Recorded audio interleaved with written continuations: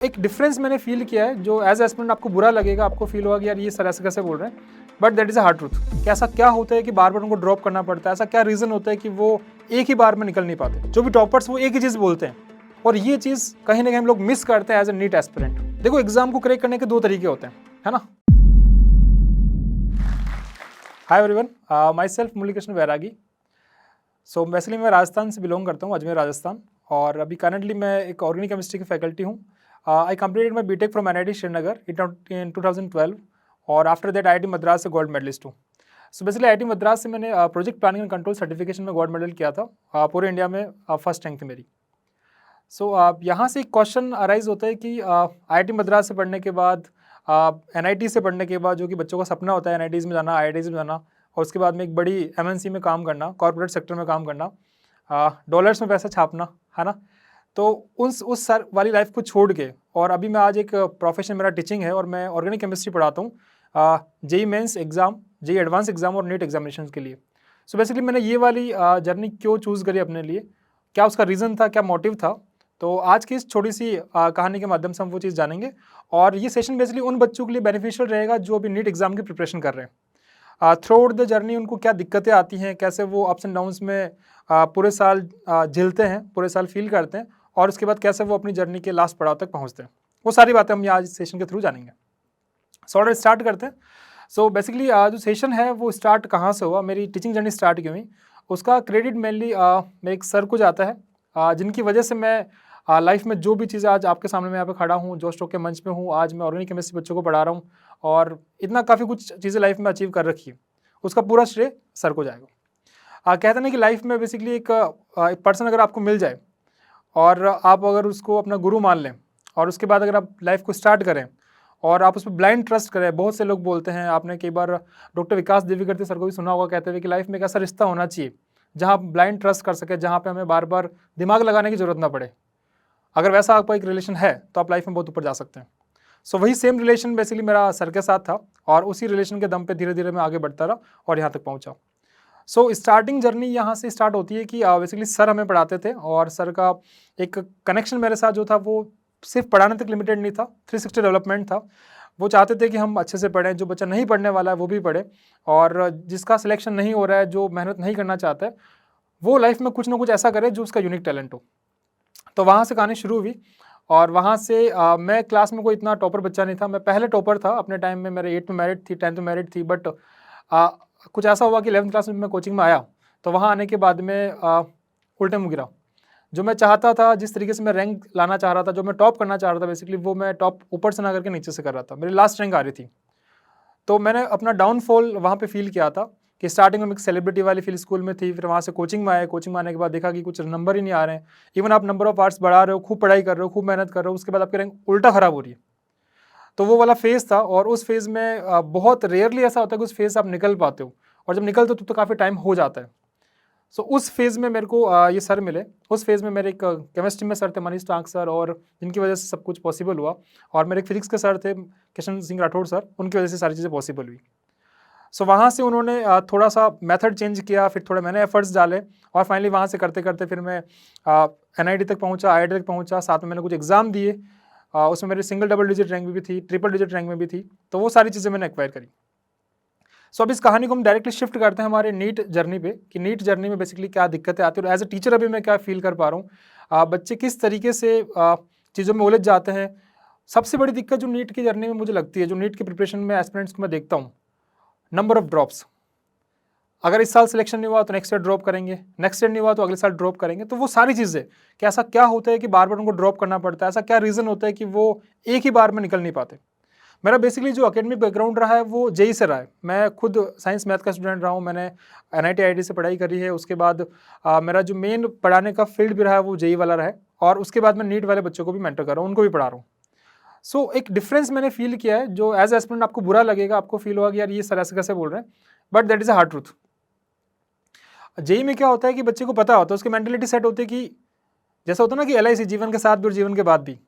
Same चीज़ होता है हमारे JEE वाले बच्चों के साथ कि 12th के साथ और 12th के बाद हमें डे 1 से पता होता है कि हमें सिर्फ 2 ही चांस मिलने हैं, तो डू योर बेस्ट। हम शुरू से वो बेस्ट करते हैं। बट कहीं ना कहीं नीट एस्पिरेंट्स में उस लेवल का हंगर मैंने मिसिंग फील किया जो बच्चे ड्रॉप बार बार करते हैं। उनको लगता है, जैसे कई बार होता है ना कि हम घर से पहली बार निकल के कोचिंग जाते हैं तो लगता है चलो ठीक है यार, हमारे पास तो खूब सारे चांस है, अभी तो खूब मेहनत करना है, मतलब इस साल नहीं हुआ तो अगले साल कर लेंगे। पेरेंट्स भी बोलते कोई बात नहीं बेटा, प्रेशर नहीं लेना है अपने को, है ना, इस साल आराम से कर लो, नहीं हुआ तो नेक्स्ट ईयर कर लेना। तो कहीं ना कहीं वो कंफर्ट जोन ही हमें बार बार रिपीट पे रिपीट करवाता है, और उस कंफर्ट जोन की वजह से जो नीट एस्पिरेंट्स होते हैं वो बार बार ड्रॉप करते हैं, और जे एस्पिरेंट्स को पता होता है कि दो ही चांस है, या तो आर या पार, तो वो निकल लेते हैं। आप कुछ समझ सकते हैं कि मैं क्या बोलना चाह रहा हूँ।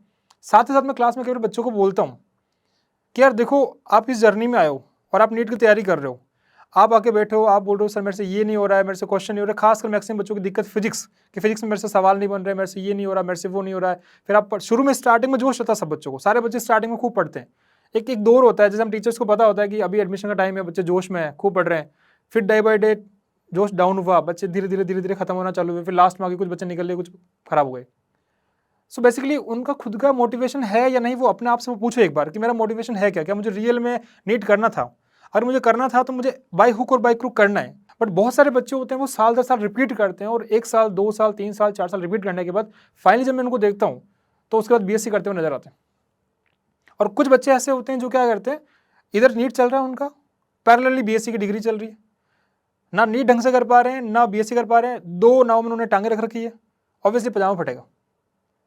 सो मुद्दे की बात यह है कि आपका गोल डिसाइड नहीं है। आपका गोल अगर डिसाइड रहेगा, आप अगर गोल मान के बैठते हैं कि मुझे नीट करनी है और मुझे नीट एग्जाम के थ्रू ही गवर्नमेंट मेडिकल कॉलेज लेनी, तो देन डू योर बेस्ट। अब जो बच्चे एमबीबीएस करते हैं, जो बच्चे जिनका है कि नहीं मुझे रियल में सर मेडिकल कॉलेज गवर्नमेंट चाहिए, मेरे पास पापा के पास इतनी फाइनेंशियल कंडीशन नहीं है कि वो करोड़ों रुपए मेरे लगा सके। जैसा कि आपको पता होगा कि एमबीबीएस कॉलेज करना कोई नॉर्मल आदमी के बस की बात नहीं होती, करोड़ों रुपए लगते हैं आप अगर प्राइवेट कॉलेज से करते हो या इंडिया के बाहर से करते हो। और आपको पता है कि नहीं मुझे पढ़ना है और मुझे रियल में नीट करनी है, तो उसका भी मैं आपको तरीका बताऊंगा कि कैसे हमें काम करना है। एक एग्जाम्पल लेते हैं अपन, जैसे आपने देखा होगा कि कई बार हम कंस्ट्रक्शन करवाते हैं, मुझे एक बिल्डिंग बनवानी है, राइट, और उस बिल्डिंग को बनवाने के लिए दो तरीके हैं। या तो मैं क्या कर सकता हूँ, जो भी अपने वहाँ पे जो मिस्त्री है, जो वहाँ पे कारीगर है, जो वहाँ पे हेल्पर है, उनको डेली बेसिस पे बुला सकता हूँ कि आपको मैं डेली पैसे देता हूँ, आप आओ और काम पूरा करो। और एक तरीका है कि मैं उसको पूरा टेंडर दे दूँ ठेकेदार को कि इतने दिन में आपको ये काम कंप्लीट करके देना है। अगर आपने नोटिस किया हो तो जब मैं उसको डेली बेसिस पे बुलाता हूँ तो वो मक्कारी करते हैं, वो 1 घंटे के काम को 2 घंटे में करते हैं, ब्रेक 1 घंटे का होता है, 1.5 घंटे तक रेस्ट करते हैं, राइट। जो काम 1 महीने में होने वाला उस काम को 3 महीने तक खींचते हैं। और वही सेम काम अगर मैं उसको टेंडर बेसिस पे दूं तो जो काम 1 महीने में होने वाला उस काम को वो 20 दिन में खत्म करके 21वें दिन किसी और साइट पे मिलता है। सो डिफरेंस क्या है बेसिकली? डिफरेंस ये कि जब वो डेली बेसिस पे काम कर रहा है तो उनको लग रहा है कि मैं काम दूसरे के लिए नहीं कर रहा, मतलब मैं काम अपने लिए नहीं कर रहा, दूसरे के लिए कर रहा हूँ। दूसरे के लिए कर रहा हूँ मतलब आराम से करेंगे, आज नहीं हुआ तो कल कर लेंगे, कल नहीं हुआ तो परसों कर लेंगे, सुबह नहीं करेंगे शाम को कर लेंगे। लेकिन जब मुझे पता है कि मैं काम अपने लिए कर रहा हूँ तो मैं उस काम को भाग के करूँगा, स्पीड बढ़ा दूंगा अपनी। सेम चीज़ हमारे साथ है। जब आप नीट की प्रिपरेशन स्टार्ट करते हो तो उस केस में आप स्टार्ट करते हो, आपको लगता है कि पापा ने बोला उनका गोल है डॉक्टर बनना, मम्मी ने बोला उनका गोल है डॉक्टर बनना, चलो रे यार कर लेते हैं। पढ़ाया तो पढ़ाया, नहीं पढ़ाया तो नहीं पढ़ाया। 5 साल बच्चा घूमने जा रहा है, तुम उसके साथ घूमने जा रहे हो, टाइम वेस्ट कर रहा है, तुम भी टाइम वेस्ट करो, क्योंकि गोल तुम्हारा है ही नहीं। तुम बेसिकली भीड़ चाल चल रहे हो कि पास वाला आ रहा है, वो जा रहा है, मैं भी कर रहा हूँ, वो भी कर रहा है। अपने अंदर के गोल को पहचानो। अगर रियल में तुमने किसी टाइम बचपन में सोचा है कि मुझे डॉक्टर बनना है, तभी उस लूप में जाओ। अगर नहीं सोचा है कि नहीं मुझे डॉक्टर खुद से नहीं बनना था, मुझे किसी ने बोला था, देन लिव इट, छोड़ दो उस चीज़ को। बहुत सारे ऑप्शन है लाइफ के अंदर, उनको एक्सप्लोर करो आप। बट अगर करना है तो फिर एट एनी कॉस्ट करना है, और 1 साल 2 साल में ही करना है। जिंदगी पूरी खराब नहीं करनी उस एक गोल के पीछे। लाइफ का बहुत कीमती वाला टाइम होता है आपका ये 18 से 25 साल की एज। इस एज में आप बार बार सेम चीज़ को रिपीट करके और लास्ट में उस गोल को भी छोड़ के बीएससी करने निकल गए, कुछ और करने निकल गए, तो फिर उस गोल का मतलब क्या है? क्यों टाइम वेस्ट किया हमने? अब जब मुझे काम करना तो काम कैसे करना, मैं आपको एग्जाम्पल देता हूँ। मैं क्लास में बच्चों को एक चीज़ बोलता हूँ कि आप डेली बेसिस पे काम कैसे करें, भाग भाग के काम अपने लिए कैसे करें, उसका तरीका क्या है। बहुत बार बोलते बच्चे कि हाँ सर हम मोटिवेटेड हो गए, हमें पढ़ना है सर, आप बताओ हम कैसे काम करें। और वो कई बार होता है ना कि मोटिवेशनल वीडियोस देख के, जैसे जोश पे कोई वीडियो आपने देखा, किसी प्लेटफॉर्म कोई वीडियो देखा, उसको तो इतना जोश आप में आ जाता है कि आप रात को 3-3 बजे तक पढ़ते हो। कितने दिन? 2 दिन 5 दिन, उसके बाद वापस डिप, वापस पहले वाली नॉर्मल माहौल। सो बेसिकली वो मोटिवेशन एक फेक मोटिवेशन होता है। लेकिन अगर उसकी जगह मैं सेल्फ मोटिवेटेड रहूँ कि मुझे कुछ काम करना है, कैसे काम करना है, मुझे ऐसा काम करना है कि मैं एक गोल सेट करूं कि मेरे को डेली बेसिस पे, जैसे आपने देखा होगा बड़े जितने भी बड़े बड़े लोग होते हैं, जितने भी बड़ी पोस्ट पे जो लोग होते हैं, उनके रूम में एक आगे की तरफ एक छोटा सा व्हाइट बोर्ड लगा होता है और वहाँ पे डेली के वीकली गोल्स लिखे होते हैं। आज मुझे ये करना है, आज मेरा ये टारगेट है। सुबह जब आते हैं वो डिसाइड करते हैं कि शाम तक इतना करना है, आज इतनी मजदूरी करनी है, राइट। तो जब वो काम वो स्टार्ट करते हैं, उस काम के बाद डेली बेसिस पे गोल अचीव होते हैं। तो मैं आपको एक सिंपली टारगेट देके जा रहा हूँ, आप डेली बेसिस पे डिसाइड करें 120 क्वेश्चंस पर डे। आज की डेट में ऐसे बहुत सारे बच्चे हमारे मेरे उस कोचिंग में है जो डेली रात को सोने से पहले मेरे को रिपोर्ट करते हैं कि sir 180 question done, sir 150 question done, daily basis पे। और उसके बाद में वो बच्चे जो गोल भेजते हैं, जिनको मैं टारगेट देता हूँ कि आपको इतना करना है, उससे मोटिवेट होकर बाकी बच्चे भी सेम चीज़ को फॉलो करते हैं, सर आज हमें आप टारगेट दो। तो हमेशा अपनी लाइफ में, चाहे मैं हूँ, चाहे आपके बड़े भाई हो, चाहे आपकी छोटी बड़ी बहन हो, मम्मी हो, पापा हो, किसी एक पर्सन के साथ आप अटैच रहें और उनके साथ डेली बेसिस पे गोल शेयर करते रहें, डेली बेसिस पे मॉनिटर करते रहें, अपने को ट्रैक करते रहें कि आपने कितना किया, कितना नहीं किया। लेट सपोज आप 120 क्वेश्चन रोज के लगाते हो, फिजिक्स, केमिस्ट्री, बायो, राइट। उसमें से आप मेनली जो बच्चे नीट के होते हैं वो मेनली टारगेट करते हैं बायो को, जबकि बायो एक ऐसा सब्जेक्ट है जो आप आराम से लास्ट में, आपने कई बार नोटिस भी किया होगा अपने आप से पूछना, और अगर आपको फील हो रहा है कि मैं सही बोल रहा हूँ तो कमेंट जरूर करना।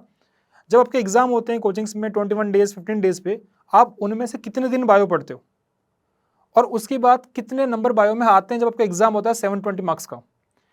लिटरली आप बायो पढ़ते हो 3 दिन 4 दिन, उसके बाद भी आप 360 में से 300 प्लस 250 प्लस मार्क्स ले आते हो, और फिर भी हमें लगता है कि नहीं हमें तो बायो पूरे दिन पढ़ने, फिर भी आपको लगता है कि आप तो बहुत पढ़ाई कर रहे हो, जबकि लिटरली आपका मैक्सिमम टाइम जो डेडिकेट होना चाहिए वो होना चाहिए केमिस्ट्री प्लस फिजिक्स, और उसमें से मेनली फिजिक्स होना चाहिए। और हम क्या करते हैं, हमारा एक ह्यूमन टेंडेंसी होता है कि हमारा जो वीक पार्ट होता है हम उसको सबसे लास्ट में करने की सोचते हैं, राइट। तो लास्ट में करने की सोचते हैं, तो डे बाई डे हमें लगता है फिजिक्स चलो यार रात को करेंगे, शाम को करेंगे, शाम भी चलो सोते वक्त करेंगे, ऐसे करते हम टालते रहते हैं टालते रहते हैं, और वो चीज़ हमारी धीरे धीरे इतनी वीक होती है, इतनी वीक होती है कि हमें उससे फोबिया हो जाता है। अगर आपको लगता है कि लिटरली आपके साथ मेक श्योर कि आप कमेंट जरूर करें, यहाँ पे बताएं कि आपको ये चीज़ हो रही है, हमें ताकि फील होगी मैं सही डायरेक्शन में बोल रहा हूँ, right. So basically daily basis पे हमें उस चीज़ को टारगेट करना है। मैं क्लास में बच्चों को भी बोलता हूँ, जो आपका वीक पार्ट है सबसे पहले आप उसको हिट करो। बायो आपका स्ट्रॉन्ग पार्ट होता है। बहुत सारे बच्चे होते हैं जो ऑनलाइन यूट्यूब पे लेक्चर्स लेके लास्ट के 1 महीने 2 महीने में भी वो आराम से 360 में से 300 250 280 290 नंबर लेके आ जाते हैं। मेन दिक्कत आती है केमिस्ट्री प्लस फिजिक्स, उस पार्ट को टारगेट नहीं करते शुरू से। अगर आप डेली बेसिस पे 120 क्वेश्चन लगाते हो तो महीने में कितने क्वेश्चन होंगे, कर लो 120 × 30 3600। साल में कितने क्वेश्चंस होंगे, अप्रोक्सीमेटली 40,000 क्वेश्चंस। देखो एग्जाम को क्रैक करने के 2 तरीके होते हैं, है ना, आप समझ जाओगे सिंपल। पहला तरीका ये होता है कि आपका दिमाग गॉड गिफ्टेड है, आप नई प्रॉब्लम को भी टैकल कर पाने में उतनी सक्षम हो जितना एक साइंटिस्ट कर पा रहे हैं। नया क्वेश्चन दिया, आप स्मूथली निकल गए। ऐसे बच्चे हमारे आसपास बहुत कम होते हैं। और अगर आप ये वीडियो देख रहे हो तो ऑब्वियसली आप तो नहीं हो। जिस तरीके से बोलते हैं ना कि लैम्बोर्गिनी के जो एडवर्टाइज होते हैं वो टीवी पे नहीं आते, क्योंकि टीवी देखने वाली जनता जो होती है वो लैम्बोर्गिनी खरीदने की औकात में नहीं रखती। तो सेम चीज़ है कि अगर हम ये वीडियो देख रहे हैं, मतलब हम कहीं ना कहीं से मोटिवेशन की तलाश में है। मोटिवेशन की तलाश में मतलब हमें सेल्फ मोटिवेशन कम है, तो ऑब्वियसली हम उस रेंज में तो नहीं आते कि हम गॉड गिफ्टेड हैं। हम उस रेंज में आते हैं कि हमने सारी प्रॉब्लम्स, एक टॉपिक, एक कॉन्सेप्ट, जितने क्वेश्चंस घूम सकते हैं हमने सारे क्वेश्चंस देख डाले। अगर आप 40,000 क्वेश्चन साल भर में लगा रहे हो तो कुछ बचा क्या पीछे? आपने सारे मेथड्स देख लिए, सारी अप्रोच देख ली, सारे तरीके देख लिए कि ऐसा क्वेश्चन हो सकता है। जैसे कई बार बच्चे बोलते हैं कि सर मैं 1 घंटा तक फिजिक्स का एक क्वेश्चन लेके बैठा रहा और मेरे से नहीं हुआ, मैं फ्रस्ट्रेट हो चुका सर, अब मेरे को पढ़नी नहीं फिजिक्स। इसी का सेकंड पड़ाव देखो आप। अगर आप 1 घंटे में एक क्वेश्चन को लेके बैठे और ये क्वेश्चन और ये उसका आंसर है, तो आप इस क्वेश्चन का यहां तक पहुंचे, आंसर आपको नहीं मिला, आप इस क्वेश्चन के यहां तक पहुंचे, राइट, यहां तक पहुंचे। 1 घंटा है, मतलब आप लगातार ट्राई करो, आप बहुत सारे तरीके देख रहे हो, फिर भी आपका आंसर नहीं आया, लेकिन आपकी हंगर बढ़ गई, उसका आंसर है क्या, जानने की इच्छा बहुत तेज हुई। अगले दिन आप क्लास में गए, टीचर ने आंसर बताया, टीचर ने बोला ये आंसर, तो आपका टाइम वेस्ट हो गया? नहीं, आपने इन्वेस्ट कर दिया टाइम बेसिकली गलत तरीके देखने में। उससे पेपर में जितने तरीके से वो क्वेश्चन गलत हो सकता है वो सारे तरीके आपको आज ही पता चल चुके हैं। आप एग्जाम में जाएंगे, आपको लगेगा ये क्वेश्चन देखा हुआ है, आंसर आ गया, टाइम बच गया आपका बेसिकली। सो जितना टाइम हम घर पे पुट इन करते हैं कॉन्सेप्ट को समझने में, कॉन्सेप्ट के साथ माथापच्ची करने में, कॉन्सेप्ट के साथ भिड़ने में, उतना ही हमारा पेपर में टाइम रिड्यूस होता है। और ये चीज़ कहीं ना कहीं हम लोग मिस करते हैं एज ए नीट एस्पिरेंट। उसी की वजह से बार बार वो सेम चीज़ करते हैं। और जब बार बार पढ़ते हैं तो उस केस में ये भी होता है कि सेम टॉपिक में हम, अगर मैं आज रिपीट कर रहा हूँ, मैं सेम ड्रॉप अगले साल कर रहा हूँ, तो मैं उस सेम टॉपिक की थ्योरी पढ़ रहा हूँ, सेम टॉपिक की सेम चीज़ें कर रहा हूँ, तो अगर आप सेम कर रहे हो तो सेम ही तो मिलेगा ना, नया कहाँ से मिलेगा? उसके लिए आपको क्या करना पड़ेगा, नई तरीके से अप्रोच बनानी पड़ेगी। अपने फैमिली में एक बंदे को मेंटर बनाना पड़ेगा। आप चाहो तो मेरे को बना सकते हो, फैमिली में किसी को बना सकते हो, और उसके साथ डेली गोल सेट करने पड़ेंगे कि मुझे डेली इतने क्वेश्चन करने हैं, आपकी इच्छा हो या नहीं हो। अभी 4-5 दिन पहले की बात है कि स्टूडेंट ने मेरे से एक चीज़ शेयर करी। उसने बोला, उसने प्रॉपर दिखाया मुझे कि सर एक छोटा सा ये शॉर्ट देखना एक बार, उसमें कुछ लिखा हुआ था, थोड़ी लाइन मेरे को याद आ रही है कि सेल्फ मोटिवेटेड पर्सन और motivated person is a good person, but disciplined person is a deadly person. अगर आप डिसिप्लिन्ड हो, आप कंसिस्टेंट हो, then you are a deadly. मतलब आपका कोई तोड़ नहीं है, और वो आपके अंदर लानी पड़ेगी, वो चीज़ आपके अंदर डेवलप करनी पड़ेगी। उसके लिए आपका मन करे या ना करे, आप बहुत सारी वीडियोस यूट्यूब पे देखो, शॉर्ट्स में देखो, रील्स में देखो, जो भी टॉपर्स वो एक ही चीज़ बोलते हैं कि जब मेरा पढ़ने का मन नहीं था, जब मेरा पढ़ने का मन नहीं किया, तब भी मैं उस टेबल और कुर्सी से चिपक के बैठा रहा, तब भी मैं वहीं पे बैठा रहा। क्योंकि कई बार होता है ऐसा, नहीं हम सब ह्यूमन बींग्स है, सबकी खूब सारी इच्छाएं होती है, हर दिन किसी को पढ़ने का मन नहीं करता। तो जिस दिन पढ़ने का मन नहीं करता, उस दिन हम उस टेबल और कुर्सी को ना छोड़ें। अगर आप वहाँ पे रहेंगे तो आप वहाँ पे 1 मिनट, आधे मिनट, 2 मिनट, 15 मिनट, 20 मिनट, 1 घंटा तक कुछ भी ना करें, दैट इज़ ओके। बट उसके बाद आपका मन कर जाएगा कि अब तो चल कुछ यार करते हैं, तो आपका पूरा दिन खराब होने से बचेगा और सिर्फ आपको 1 घंटा ही खराब होगा। सो मेक श्योर कि आप एक कंसिस्टेंट रूटीन बनाएं, मेक श्योर कि आप डेडली तरीके से काम करें। आप अपने आप को, बस आप एक रोबोट बन जाए। कई बार मैं क्लास में बच्चों को बोलता हूँ कि अगर आपको ये कॉम्पिटिटिव एग्जाम क्रैक करना, आपको नीट क्रैक करना है, तो आपको एक काम करना पड़ेगा, आपको इमोशनल लेस बनना होगा। क्योंकि आप जब एग्जाम दे के आते हैं और आपके जब नंबर नहीं आते हैं, तो आप फ्रस्ट्रेट होते हैं, आप टेंशन में आते हैं। वो एक इमोशन ही तो है बेसिकली जो आपको डिप कर रहा है। और जिस टाइम आप एग्जाम दे के आते हैं, आपकी फर्स्ट रैंक आती है, उस समय आप हवा में रहते हैं, वो भी एक इमोशन है। मेरी कोचिंग में बेसिकली ऐसे बच्चे, मैं नाम किसी का नहीं लूंगा, ऐसे बच्चे मैंने देखे हैं जो पूरे साल टॉप कर रहे थे एग्जाम, पूरे साल first rank, first rank, first rank, 720 में से 670 मार्क्स, 680 मार्क्स, 650 मार्क्स कंसिस्टेंटली लेके आ रहे थे, और लास्ट में उनका सिलेक्शन नहीं हुआ। रीजन सोचो क्या हुआ। उसका रीजन था कि जब उनको जरूरत थी, जब उनको रियल में काम करना था, तब वो लोग थक चुके थे। स्टार्टिंग में, सेशन के स्टार्टिंग से पढ़ना स्टार्ट किया, पढ़ते पढ़ते पढ़ते पढ़ते वो टाइम आया नवंबर दिसंबर का, जब रियल में जरूरत थी अच्छा करने की, तब तक वो हाईली फ्रस्ट्रेट, हाईली, मतलब एक तरह से हाँ बस सैचुरेशन आ गया। तो इसका ये मतलब है कि हमें रियल में सिलेक्शन के लिए जो काम करना होता है, वो लास्ट के 4 से 5 महीने का टाइम होता है, ना कि स्टार्टिंग का टाइम। आप स्टार्टिंग में कितना भी अच्छा कर लो, ये टॉपर्स के लिए मैं बोल रहा हूँ कि स्टार्टिंग में कितना भी अच्छा कर लो, उससे कोई गारंटी नहीं कि आपका सिलेक्शन होगा, कोई श्योरिटी नहीं कि आप नीट क्वालिफाई कर पाओगे, आप जेई क्वालिफाई कर पाओगे। बट अगर आप कंसिस्टेंटली चलते रहे, आपको फर्क नहीं पड़ा, आप इमोशनल लेस हो गए, आपके अच्छे रहेंगे उससे भी आपको मतलब नहीं है, खराब रहेंगे उससे भी मतलब नहीं है, आप बस अपना काम करे जा रहे हो, डेली बेसिस पे करे जा रहे हो। अगर वो आप चीज़ कर सकते हो, देन आपका कोई तोड़ नहीं है, आप फोड़ने वाले हो, नो डाउट फोड़ने वाले हो, मचाने वाले हो। सो आई होप कि आपको ये चीज़ें समझ में आई होगी। और बस इसमें अगर मैं इस पूरी कहानी को समराइज करूँ तो बेसिकली इसमें 2-3 बातें हैं। एक चीज़, डेली बेसिस पे गोल सेट करना है, अचीव करना है, रोज़ की दिहाड़ी मजदूरी करनी है अपने को, और डेली बेसिस पे घर पे किसी एक बंदे को बताना है मेंटर के फॉर्म में। आप उसको इसलिए बताओ कि आपको उसको बताने के लिए काम करना पड़ता है। कई बार नहीं तो हम डाउन हो जाते हैं, तो हमें लगता है कि नहीं चलो यार उसको बताना है, उनको बताना है, इसलिए काम करना है। वो करते रहिए, मोटिवेटेड रहिए, और एक ड्रीम अपने आप में फिक्स रखिए कि मुझे ये काम इसलिए करना है, ना कि किसी और ने बोला तो करना है। या तो स्टार्ट ही मत करिए प्रिपरेशन, और अगर स्टार्ट करें तो अपने लिए करिए।